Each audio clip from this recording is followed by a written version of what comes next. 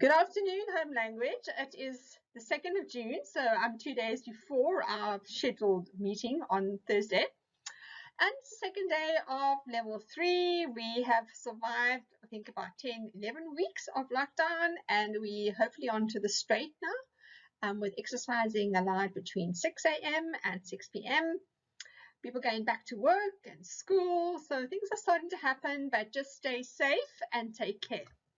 So this is Form Study Week. Hopefully you're going to enjoy it. We're going to have a look at literary studies and how they are different to form studies, but we're going to progress to that in this class today, this learning event. So here we go. Here we go.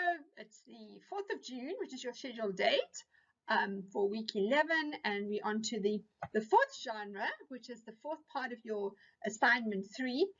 How you're going to have a lesson based on form study. Hopefully this will help you. Right, but we're first going to look at tasks, activities, and assignments. Let's see how we're going. So last Friday, you had to complete your week 9 drama and poetry quiz, the online task that you had there.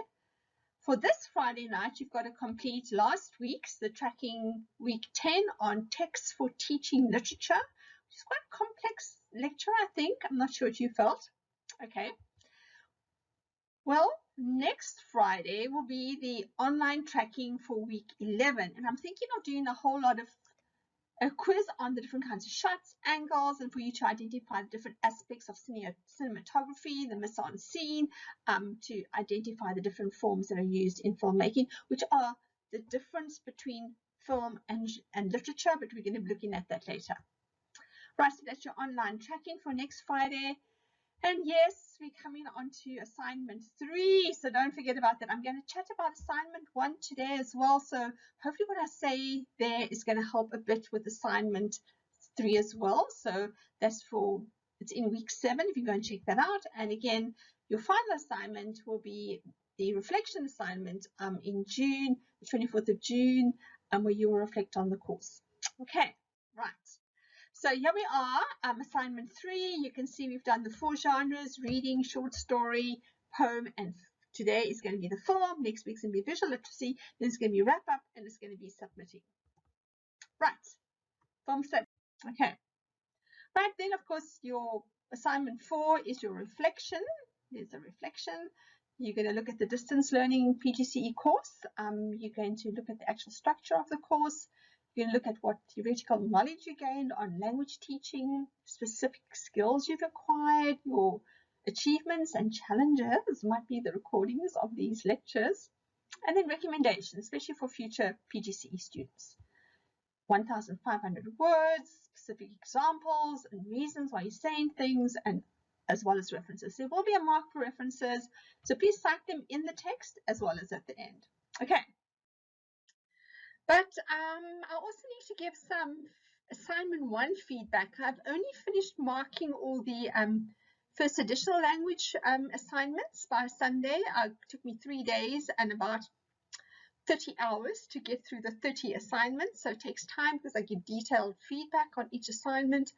But just a few comments that I'd like to make based on the FAL. Some of you are home language, but you've done it as well. So this feedback might help you for your assignment 3 as well. So I'm going to go ahead and do it anyway. So starting with formatting, that is your layout, how you put the things together, what it looks like professionally, how I as a reader see it, and this all gives an impression. And the first thing I want to speak about is white space. I'll give you an example of that shortly from an assignment. White space are the big gaps that you leave between sections, which is really a waste of paper, printing space. To me, trees are being cut down for white space. Please delete all the white space between sections. Don't leave big gaps between. It looks really unprofessional, looks unfinished. Word spacing, you are professional people. You should know there should be spaces between words, no spaces between punctuation marks. You should know how spacing works between paragraphs and bullets and all that. So I'm not going to labor this, but spacing gives a professional look to your work. Please adhere to good spacing. Others get red lines. Make notes of those. Okay, and then bold typing. Don't type in bold, please. Bolding is for headings. It's a very aggressive way of writing. If you want to highlight a sentence or word, that's fine, but don't type the whole thing in bold, please. And use bullets. Please, bullets are a nice, easy way to see where you're going. So if you're going to have questions you're going to ask in your lesson plan, 1, 2, 3, or 1, 2, 3, or bullets. It's easy to read. Don't write long paragraphs because it's very hard for the reader to work exactly what you want to say in order that often gets lost. Okay, in terms of language, after all, you are language teachers. So you should be very aware of your language in the classroom and how you use language. I am. Apostrophe use. Remember, this is the hardest thing to acquire. It's used to show possession. The man's desk, with apostrophe S, or omissions. Won't, can't, don't. With this, you'd not use this in your lesson plan or academic writing because it's quite an informal register to use and it's not academically appropriate. If you're showing what someone said in terms of inverted commas, you may use it then.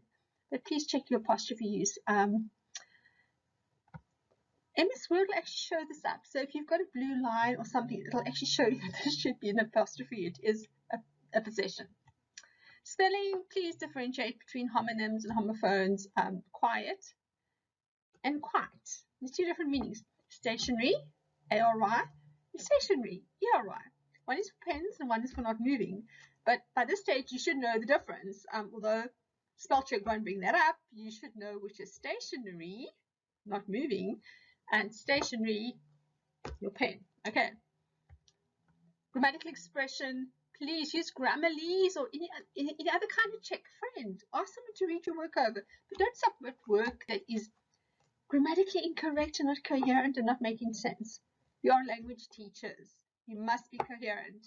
You must make sense. Use all facilities available to make sure that what you're writing is making sense and is grammatically correct. Okay. Or crosses. And I don't really like crosses, but yeah, you don't do that. The content. Okay, this is why it took me such a long time to mark these assignments, because a lot of them weren't coherent. I couldn't logically see what you were trying to do. I didn't understand what the lesson plan was about. So you've got to make sure that you are so specific and precise that the person reading the lesson plan will understand immediately what poem it is. You don't say poem, what the poem is, or what the short story is, or what the grammatical section you're looking at, or what the listening is, or what the reading is. Give it some focus, a proper heading, the topic.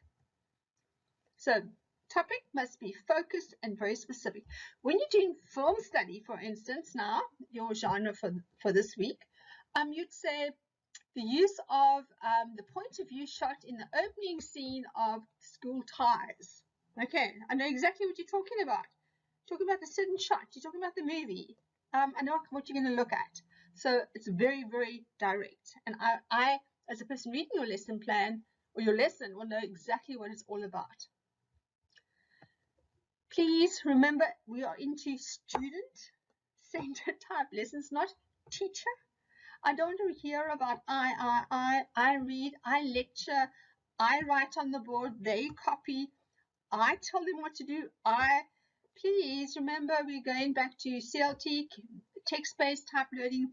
We are really moving away from the I teacher-centered type. And if you're doing this, please check yourself, especially with your lesson plans. If you don't do it in the classroom, remember, it's to facilitate the students acquiring the language, not you practicing the language, okay? So be careful of teacher-centered approaches. Everything must be text-based, especially if it's a grammar lesson. If you're doing verbs, you cannot just do verbs that are isolated, not connecting with any text. I'm teaching them the past tense. Okay, must be text-based. You must, a report, the findings are always written in the past tense. So give them some kind of reflection, which is past tense, and ask them to check the verbs and let them work it out themselves. Remember, discovery learning, so they can work it out for themselves, but don't just hit them with learning past tense and you end up teaching the future tense, whatever it is. So always text-based. And then tell me what the text is, what the newspaper article is, what the excerpt is. All of this is important to tell me. Okay, so it's come a bit jumbled. CLT is communicative, that they've got to practice using the target language, speaking it, communicating in it, if it's listening, if it's reading, if it's writing. All of this is communicative. They must be using language to make meaning, and you must provide them with context, with facilities, with place within your lesson for them to practice the language. Group work is ideal. Writing on the board. They write on the board. Let them write. Let them tell what they hear. Okay, ask them questions to speak. The other one is your LOs, learning outcomes, must be demonstrable. That means don't say they will understand. How do you know that they understand? Well, because they could draw up a table and classify the information, compare and contrast. Just try and see what can you see that they are doing that shows that they can demonstrate that learning outcome. They can speak, they can introduce a speech, an oral, introduce it. So you can say those are specific things that they must be able to do. They can make eye contact with their audience. Okay, they can project. So these are things you could get them to demonstrate. Right. If you're going to ask questions, like I said, I'm going to ask them questions. Give me the questions. So first question will be, what do you remember about your granny? What was good? What was bad? So you write all those little questions out so that I will know exactly what you're going to ask them. Okay. Okay, I'm jumping down. Seems to be my animation's a bit wrong. So knowledge, what is knowledge? Just things that they know. Just don't say they will know this. What will they know? What will they have a knowledge of? They'll have a knowledge of how summary writing needs 7 points. Okay, or they will know that you can only put 18 words in a sentence. I don't know what those knowledge pieces are. Or they will know the jargon for X or Y. Skills are things that they can do. They can underline, they can classify, they can analyze, they can summarize. These are all things that they can do. They can type. Those are skills. So those are things you have to concentrate. There's always values in something. It's things that are important to you, like courtesy, respect, time management, courtesy rules, not interrupting. It's by helping, assisting. All those things are values that you would gain from any kind of activity. Okay. This again, the generalistic. Don't say I'm going to read a poem. What poem? I'm going to read out of a paper. What are you going to read and what is in the paper? I'm going to give them a test. What test? Okay, a lot of you like tests. Okay. So be very specific in your instructions that you write on your lesson plan. Conclusions. Please don't introduce new stuff in your post lesson. You've done a whole lesson on listening or bibliographies or whatever it was, and then you say in your conclusion, and they will be able to differentiate between fact and opinion. And you haven't mentioned fact and opinion in your whole lesson. Nothing in your introduction, nothing in your planning, nothing. Why would you bring it into conclusion? I mean, it's crazy. A lesson is 45 minutes. It's got the your introduction, should be 6 minutes, 5 to 6 minutes. Then your actual during, which is most of your class, and then your wrap-up part, which is your conclusion, where you'll wrap up with some kind of applied activity, whether it be to answer questions, whether it be to write a little poem, whether it be to download an article. Think about what those conclusions are and must type with your LOs, with the whole lesson context. Nothing new, please, nothing new. For instance, I mean, going back to explicit. Don't say I'm going to teach them figures of speech. What figures of speech? Be specific about everything that you do. There must be logic. This brings you to logic. So when you plan your lessons, there must be logic. There must be focus. All right? It must be explicit, specific, and planned sequentially that it can actually follow on. That you can see there's a golden thread right from the beginning, right to the end. And I need to be able to see this. And finally, there must be references. If you look on your rubric, there is a mark for references out of 5. If you don't put 1 reference in, guess what you're going to get? You're going to get 0. So when you see references, go and look at your rubrics. Please apply the information. Okay. Sounds like I'm laboring. This has nothing to do with home language, but I'm hopefully that these thoughts that I've had while I've marked will help you as well. Everyone will have their lesson planned. You'll be given full feedback, which I'll try and upload back onto ECI. I'm not sure if I can. I must first check. Otherwise, I'll email them to you. Each of your points, I put a comment on so you can actually see what I'm trying to say. This one was about listening and reading and viewing. It's far too much. Rather focus your 45-minute lesson on one specific thing and focus everything around it. Don't try and do too much. It's going to be, the lesson won't make sense then. In the outcomes, they're going to identify and discuss magazines and newspapers. What are they going to identify and discuss? That's just like so generalistic, as I was saying, too open. You've got to make it more tight. They will be able to identify the locations in newspapers, or they'll be able to identify direct speech in newspapers, newspaper articles. So make it very specific. Further on, under lesson content, they will cut out parts. What parts must they cut out? They will cut out articles with pictures. They will cut out the names of they will cut out headlines. I mean, be specific in what you want them to do. My picture's on the sleeve as I'm going down, so I'm trying to see with my glasses on. If you look under lesson introduction, the teacher introduces the lesson by reading out to the class a newspaper magazine article. Now, is it a newspaper or is it a magazine? For interested students, give us a thing. Maybe it's about coronavirus. Maybe it's about HIV. Maybe it's about TB. Maybe it's about drought. What is going to interest them? What about games, videos, things like that? She then explains to the learners what they need to do. So at the moment, it's still very teacher-centered. She asks the class to each bring a cut-out part. Now, I don't exactly know what that is. If you go down to teacher activities, maintain order in the class. Please, that mustn't be your priority. You must manage the classroom. You must divide them into groups. You must hand out work and so on. Those are tasks that you must do. You're going to assess the reading skills. How are you going to assess the reading skills? At the moment, I haven't seen any reading skills coming in. What specifically about reading? Is it speed reading? Is it skimming, scanning, surveying? Those are things that need to come in. Facilitate discussions and analysis. Well, what exactly are you going to do? So if I read this, I don't exactly know what you're going to do. They will take down notes. What will they take down notes from? They will read the article confidently in front of the class. Now, where did this come in? They were going to read there and they were going to discuss. Now they must stand up in front of the class. Can you see there's no coherence? I don't know what the golden thread is and how it's all working together. Then they would critically discuss and analyze the article chosen. Now, what was the article that was chosen? So can you see I'm reading this and I'm not sure what is actually going on, so I'm becoming a bit confused. So maybe I'm just being silly. This is another one where I want to illustrate the use of white space. If you look at the different sections, you can see big blanks of white.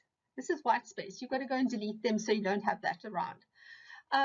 Again, I was querying being too very generalistic here.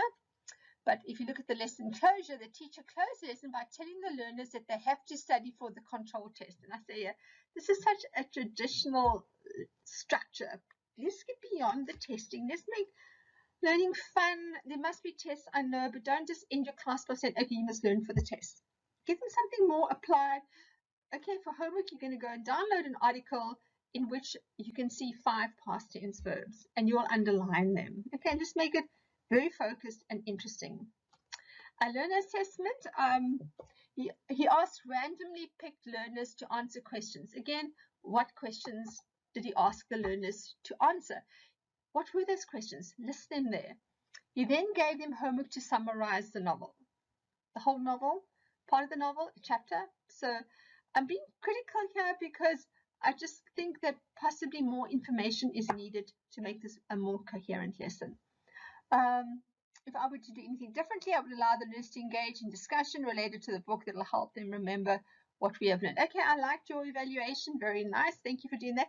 So maybe as you're taking notes from the teacher's lesson, you could have maybe try to put more information in so that I could have actually seen exactly what the teacher was trying to do. Okay, if I've been a bit tough, I'm sorry, but I was really backing with that. This is my week 2, what happens in a CLT classroom. This is just a review of the actual slide I had there. It's learner-centered because the target language is used. Okay, so you're not going to use Afrikaans or isiXhosa or isiZulu. You're going to set up context where you're going to practice speaking, writing, listening, or reading to communicate meaning. So whole idea is that you're going to get context where this is going to be practiced using your voice. Okay. You're going to provide opportunities to use that target language. So in your class, you're not going to be holding the floor. You know how to speak English. You're going to get your students to practice the target language. You're not going to do it. You're going to get them to work in pairs or groups, and you'll support them and facilitate them, but you're not going to do all the talking and all the work. They're going to practice it. As the learner confidence grows, you will become more the facilitator and you will help them.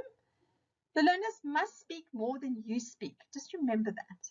I need to see instances where the students are actually taking chances in the class to actually speak. And the classroom may be noisy. That's okay. Don't maintain this hectic discipline all the time that no one can speak. Control it. Yes, manage it. But it might become a bit noisy as long as they are speaking, and give them opportunities to do that. You're not going to write everything on the board and they're going to copy it down. That is not a CLT classroom. You'll get them to write on the board and then comment on everyone's answers, giving them opportunities to speak. Okay, right, that was week 2. I'm going back to this week, week 11. Okay, there's just pictures of what they would look like in a CLT classroom, practicing the language, working together. No teacher there, they're getting on with it. Okay, so we never get to anything without looking at our spreadsheet, things that make me happy. So if you look at week 9, it seems like there are 44 SP, but I don't think so, and 28 FET. I think they are more like 35 and 20 if I look at your assignment 1 numbers. For week 9, that was due last week, last Friday, 18 of the FET did the week 9. I checked that now, so that it is timeout. So I'm not too sure why the numbers are vacillating like that. And 31 did the week 9, completed that, which seems like it's about 31, 32 of you, although 35 of you did assignment 1, so I'm not too sure what's happening there. Week 10 is only due on Friday night. That is on the text for teaching literature. I hope that I will have nice high numbers there, which won't make me feel all stressed when I see the red. Okay, please get back to me if there's any issues that you need to talk about. All right. Right, so this is our unit 3. We've looked at reading, we've looked at literature. That's all completed. Ferreira 10, Ferreira 12. We've looked at different texts last week, and now we're going to look at visual literacy, and today is film. It is in Ferreira chapter 14, although it's mostly visual, not much about, I don't think there's anything about film, but what she says about visual seems to help a bit. And then we're going to get on to the rest. Okay, let's move on. So we're getting on to our outline just very quickly on film study. First of all, what does CAP say about film study? It seems like it's a more, how can I say, structured approach from grades 10 to 12, which is your FET, where you actually look at cinematography, you look at the audiovisual part of film, making the angles, the shots, the different props, director scenes, and all of those that you need to be cognizant of. It's all in the CAPS document. Whereas in grades 8 and 9, it's more of an enrichment thing that you can include in all your lessons. It is important for visual literacy, so you could go quite detailed in it, but it's not per se you have to do film study as you have to do in grade 10 to grade 12. All right, where you do all the shots, the angles, the edits, the camera angles, all this type of thing that you will need to know, which is a technical aspect, which differentiates it from the literature, which is more the creation of words to give these effects. So that's the CAP side of it. Definitely part film studies that you're part of your FET. There's quite a lot of detail in the CAPS document, so go and have a look at that. And it's also quite just as much in the senior phase, which allows you to actually capture what I've done today to also teach it in the lower grades. Okay. Then we're going to look at the difference between film and literary text. They're basically very much the same in terms of analysis, excepting that for film you've got the cinematography, which is an inclusion thing which the director uses to actually capture certain events and themes, whereas the writer will use words to do that. But you'll also have the setting, you'll also have the characters, you'll also have the plot, you'll also have all those aspects which will come through. Then we'll look at film terminology, we're going to look at angles, we're going to look at shots, we're going to look at camera movement, we're going to look at editing, all the types of ways the producer, the director uses to make sure that the person knows what is actually happening in that scene. Okay, is fade in, fade out, camera movement, point of view shot, and all those things are quite important. And we're going to end with the Texas film study approach. Not sure it's the best, but I came across it and it seems to work. Don't know where Texas comes from. You'll see when we get to the last slide. So this will be for your final section for film study, part 4, sorry. Next week is visual literacy, which is cartoons and advertisements, which will finish off assignment 3. So hopefully you've been working through with it. So it's not going to be a major problem to get it submitted by the 22nd. There can be no late submissions because I've got major marking constraints to get through.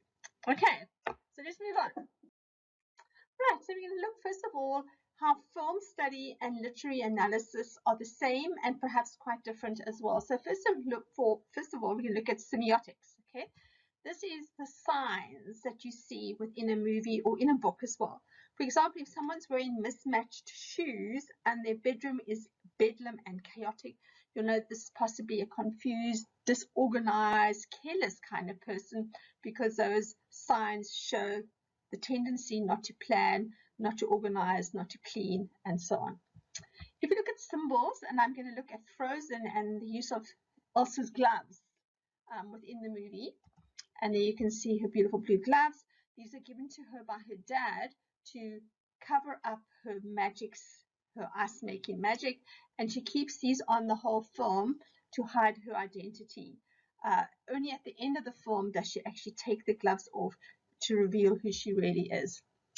I've got, here we go, I'm just going to try this. There is her dad giving her the gloves, putting them on her to becomes a protection for her, but also becomes the way she hides her identity. Here we see Hans with Anna. Notice he's also wearing gloves, and he's obviously also hiding something. Towards the end of the movie where he kisses Anna, he's still wearing his gloves, so showing he's still hiding something. And here we see in this scene, we see where Elsa takes her gloves off and she throws them away and she becomes the person she should be.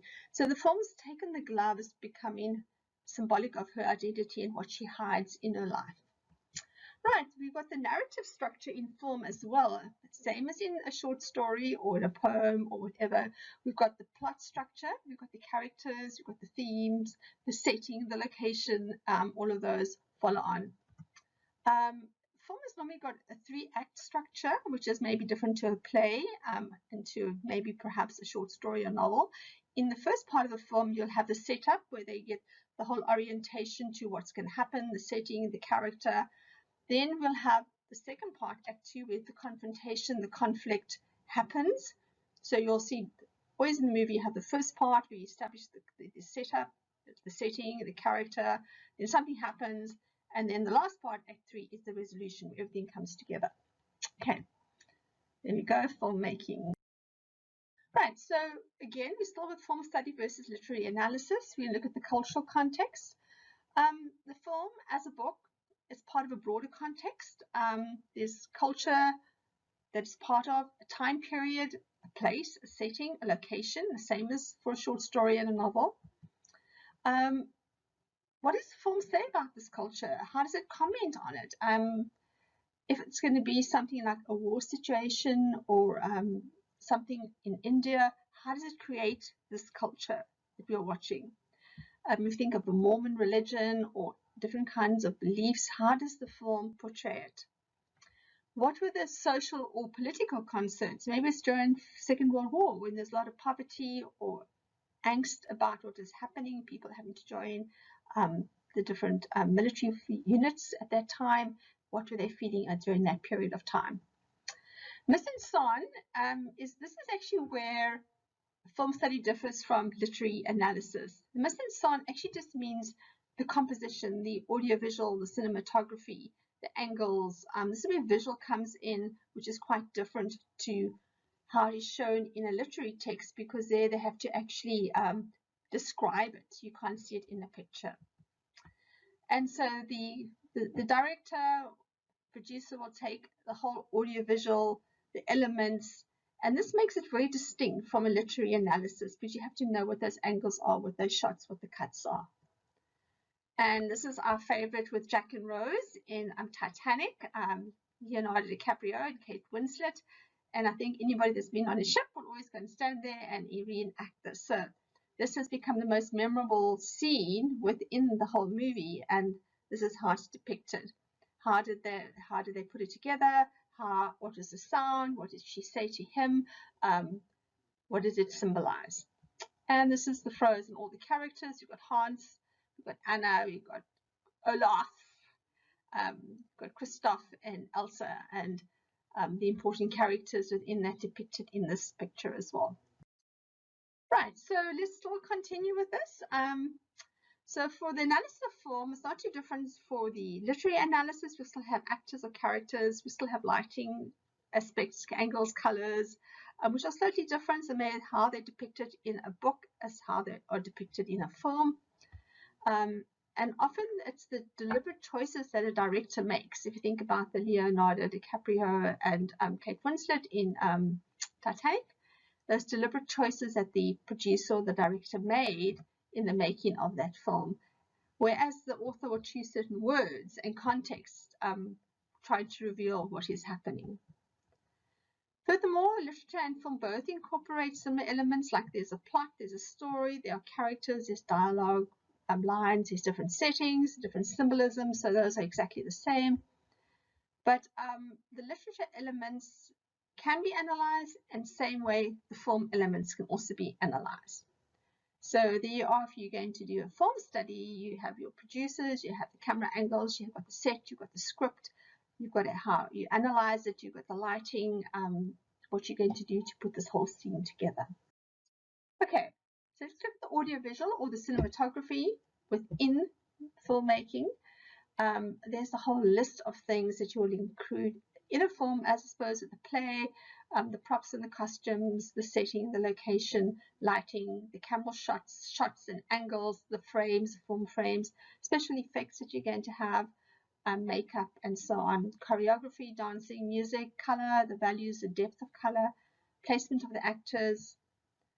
And so the mise en scène will look at all of this. It's the most foreign part if you look compared to the literary study, because it is quite unique to film, right?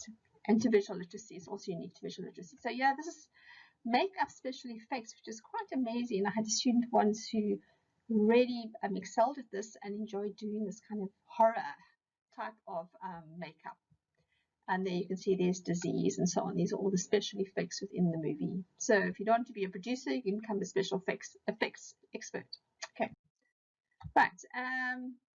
You can often rewatch the film, especially at the still images, and these certain analysis of these different scenes in detail can actually help you to put the pieces together and capture what the producer was intending for you to see.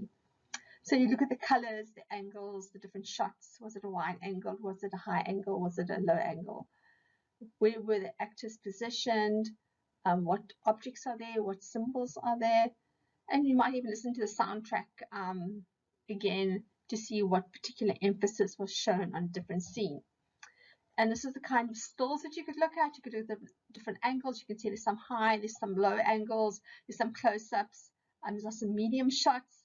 There's also long angle shots. And as you analyze this, you have to sort of think, what was the director trying to show in using that frame? Often if the camera's looking down, it's to show vulnerability of the character. If you look at the top right, they're looking down, and obviously she's in danger. If it's looking up, it's elevating, showing power of the person.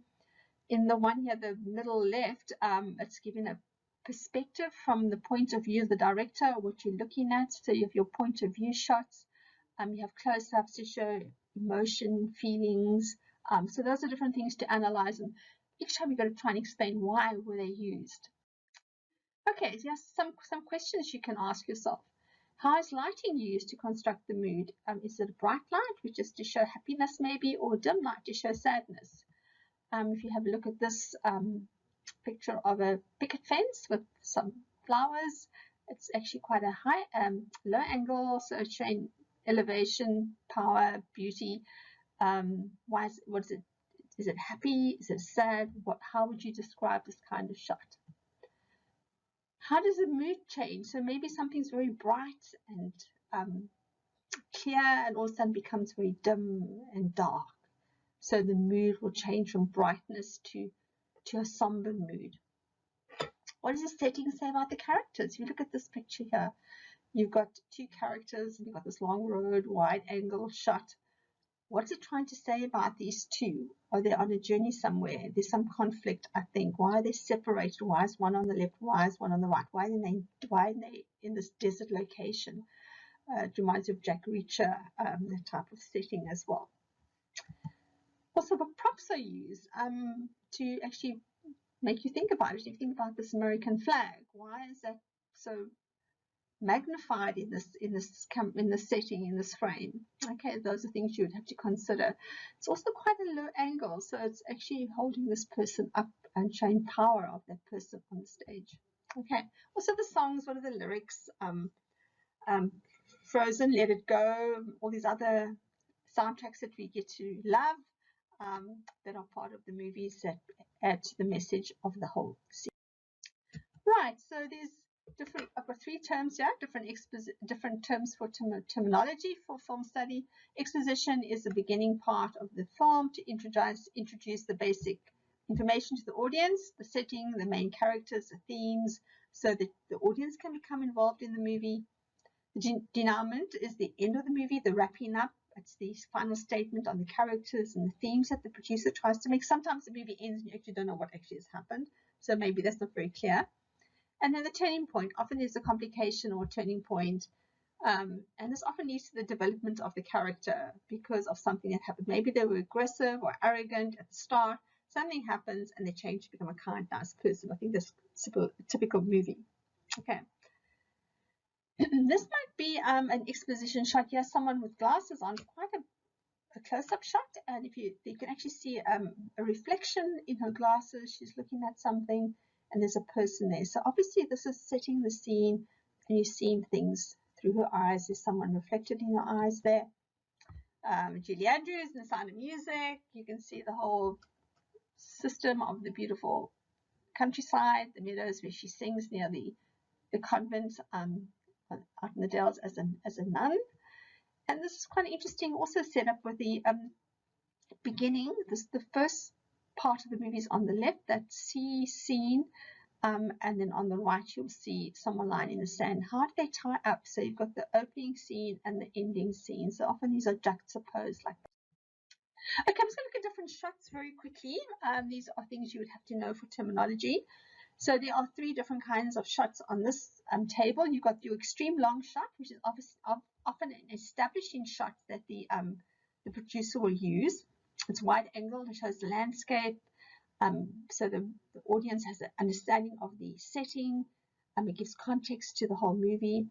You also have a long shot. It's taken from a long way away, and you can almost see the whole person from top to toe. Some background, some landscape as well. So it places the character in a setting, this kind of shot. Medium shot is you see someone from the waist up, and you can often see their body language, their facial expressions, some of the background. So it might move from the establishing shot to a long shot to the medium shot to the close-up. So you can actually get more and more an idea of how the person is feeling. This is Brooklyn Bridge, looking at New York, one of my favorite places.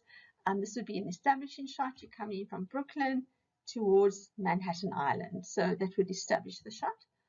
yeah, you've got a medium shot where you've got someone from the breast up, where you've seen their facial expressions, but you've maybe seen that she's very stiff. The darkness maybe is sadness. She's not smiling, and she's looking at something. Here's your long shot where you see the whole person from top to toe. It's taken from the level of the person, so it's actually you're seeing them as they are. Right, these are different words of shot types. So if you see the word waist, you'd say medium shot. If you see eyes, you might say close up. If you see relationship, you might say establishing. So you can look at these different words and see what would tie in with different kinds of shots. Okay, these are the last two shot types. It's a close-up and the extreme close-up shot that I'm going to discuss. If it's a close-up, it shows the head or head and shoulders. Can go up to here. Not very much background. I think I'm sort of like a close-up shot now on my PC, which I can see. And it focuses on the person's expressions and might zoom actually right in from being a close-up. Extreme close-up, it shows an eye or an ear or an insect. Very detailed shot. Single aspect, to show fine details so that you can really zoom in on what that person is seeing or what the director wants you to see. It could be a person's expression of surprise or shock or something like that. If you have a look, that it is a close-up, you can see that he's unsure, he's looking at something. There's also another close-up, you can see quite a lot of detail on her face. She looks quite happy. There we go, straight in. That's your close-up going straight in, and if you see a tear coming down, you'll know that she's sad. And those are different words that you can actually connect to the different shot types. Eyes, that would be a close-up. Focuses might be your zoom. What else is there? Beginning might be your establishing shot. Waist, your medium shot. Okay, now we're looking at angles. You've got your point of view shot, your high angle, your low angle, and your bird's eye or worm's eye view, the different angles. Point of view shot, I think that should be my previous one. The director may need you to identify a character. So a point of view shot, you're often seen from behind the character. So the filmmaker will see you, will film from behind. So you've seen what the character is seeing. Okay, so you can actually experience that with them. So you've seen the perspective of that character. The high angle, it decreases in size. So you're looking down at somebody, and that shows that they're often vulnerable. All the murder scenes come from those high angle, lack of power. They're going to be hurt. So I hate high angle scenes. Looking down on the camera's looking down to show this danger. The low angle, you're looking up. Increases the size of the character, shows power and status, elevates them. So low angles are raising the person up. Bird's eye, looking down. It's extreme of the high angle, and the worm's view is looking right, really elevating them up, or really showing that they are in danger.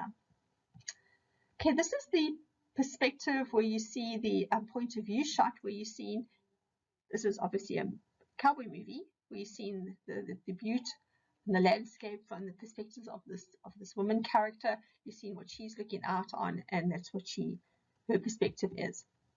This is a very high angle, looking down at these two characters lying in that cracked ice. Worried it's going to crack more and they're going to fall in. And here's looking up. She's looking elevated, got power, status. Yeah, we're looking down at her, something is going to happen. So the high angle normally shows something's going to happen. And there's words as well. If it's overhead, if it's strong, if it's powerless, if it's powerful, if it's down, up or down, those are different words you can associate with the different angles. All right, now we're going to look at camera movement. There's the tilt, where the camera moves up and down. Tracking, where the camera follows the character. You walk along with the character. If the camera zooms in, it moves into the character, and then it moves out again. And then the pan, the camera moves from left to right. So let's just have a look at this person here. And you can just try and see what the camera is doing. Okay, it seems to be moving to the right. And now it comes again. And it moves to the left. All right, so that would be panning. And these are different words with camera movement. What type of movement would you actually associate with that? If it's moving towards, if it's following, if it's vertical, if it's away, what is the type of movement? Right, here's some more.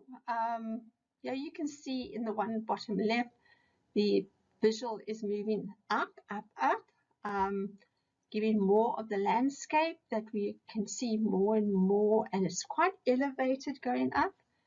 In the top one, we've got the person, the camera seems to be tracking it, walking with this person. It looks like a guard, possibly looking in different areas, looking out for something, but you're moving with the character.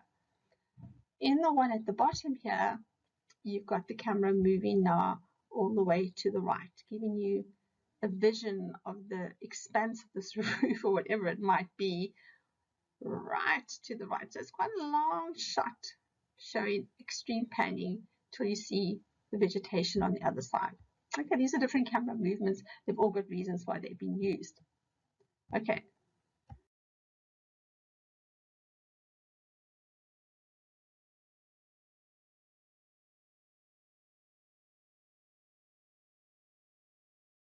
Right, so let's move to the next one. These are different cuts. Let's see if I take that one right. Different cuts we can have and different effects. The first cut is that when you've got one shot there and it moves to a different scene straight away, this is the cut. So there's no connection between the scenes. It might be someone having a birthday, the next thing you see someone driving to work. So doesn't seem to be a connection. Or we've got the other kind of cuts where the editing might be a fade in and fade out. That's like the top visual that you can see here. You can see it's dark becoming light, and you can see that character is going to move into the light, so it's fading in. All right, it could be fading out and ending. Or we can have dissolve, where the one blends into the other. So you've got, at one stage, you've got two scenes on the camera, and this is showing a link between the past and the future, a thought, a dream, something that the character is experiencing. So here's some examples. Yeah, you can see someone kissing their son, but you can also see like a little wagon moving there. So obviously they are connected.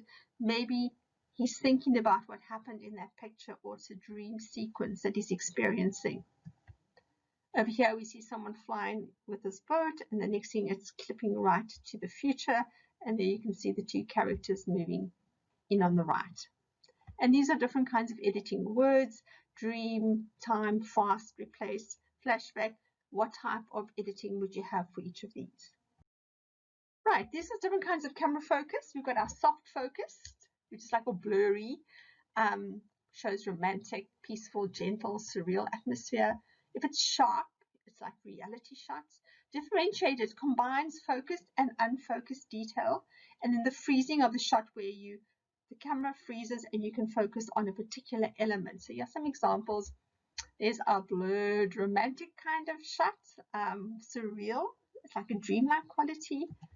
There's another one with candles, also very romantic, very soft focus. Here we've got the leopard. I think it is leopard. Beautiful, sharp reality of that, the visual there. There's another very, very sharp focus. Here we've got differentiated, where you can see the blurry, the unfocused at the back, but that forces you to focus on the bird in the front. So with that differentiated, focused and unfocused, you tend to see, you focus in on the sharp focus. And there again with the squirrel, you've got the unfocused in the background, so you are forced to focus on that squirrel and that leaf and that tree trunk in the foreground. This is your when they freeze the frame, you will then focus on this glass of water moving out. There's some kind of reason why you need to focus on that glass. Maybe there's poison in it or something like that, or the celebration is going to end, something dramatic. Or this camera freezing in on this person jumping on the bed. Maybe it's going to be a dreamlike quality, maybe something else is going to happen, but the director's got a reason for using that freeze frame, and that was quite effective as well. Right, last, we're coming to the end. Some way that you could actually analyze a film.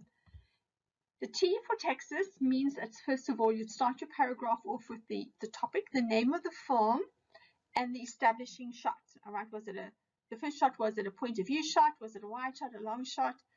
What kind of shot was used? So you would actually say the film is frozen and starts off with an establishing shot through the eyes of Elsa. I don't know, I can't even actually remember.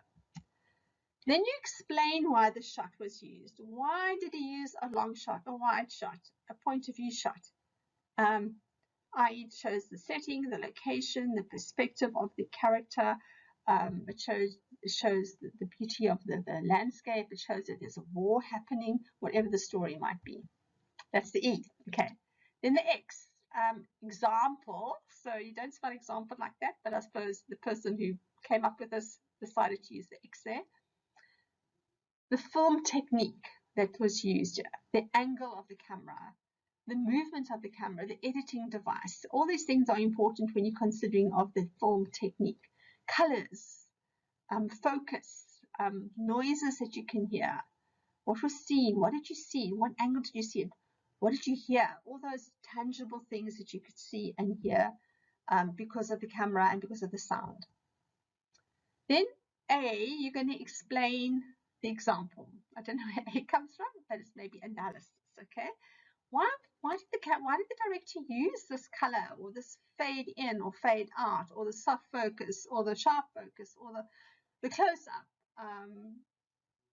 Maybe it was to show was a high shot, maybe to show it was a very poor area, maybe it was an establishing shot, you can see it poor working class, maybe the color was very gray to show the poverty of the area. And then the S for Texas is that example is explained. How does it show the main idea? How does what the director did show the sadness and the joy of what was actually happening? So this is what was used. I think I must try and give you, I'll upload the actual article that I got this from.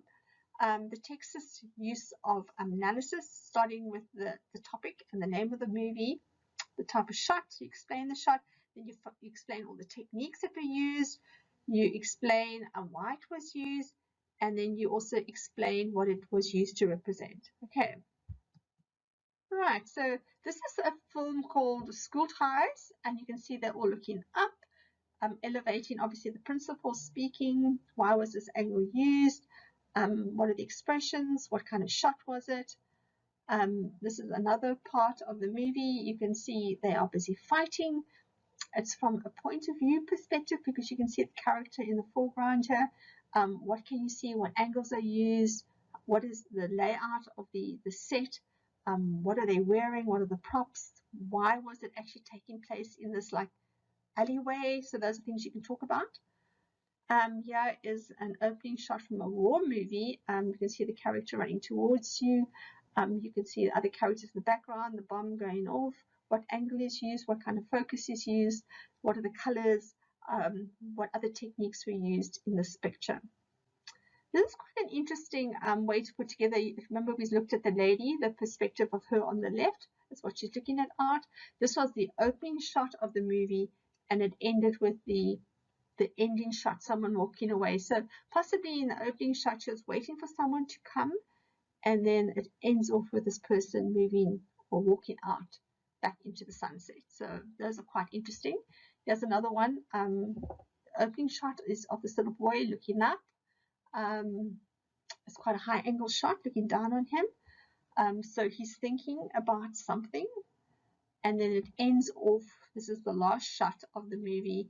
This is obviously he's thinking about his life, and this was the reality at the end. I'm not too sure. That's his wife, maybe his girlfriend, his sister. I'm not too sure, but that's how it ends. Right. So that's it. There's a whole collage on what mise-en-scène is. It's the background, it's the visuals, it's the angles, it's everything to do with cinematography, which you would need to analyze if you were looking at any kind of movie. In your assignments, you could actually go to any scene you like and analyze the scene that you've got there. So you could go and get any movie cut, or you could take a movie clip that you want to use. I would definitely not think that you need to, because remember, it's just one lesson. Don't go and do a whole movie. That would be a bit crazy. Select maybe the exposition, the starting, or maybe the conflict, the second part, or how it ends. So quite nice always to look at the opening shots or anything like that. So be selective in what you choose. There's a wealth of materials available. I have got some links. I think I'll send them to, I'll put them on ECI. And other than that, that's me for this week. I will still upload your task, your online tracking on ECI, and I'll chat to you soon next week. Take care and always stay safe.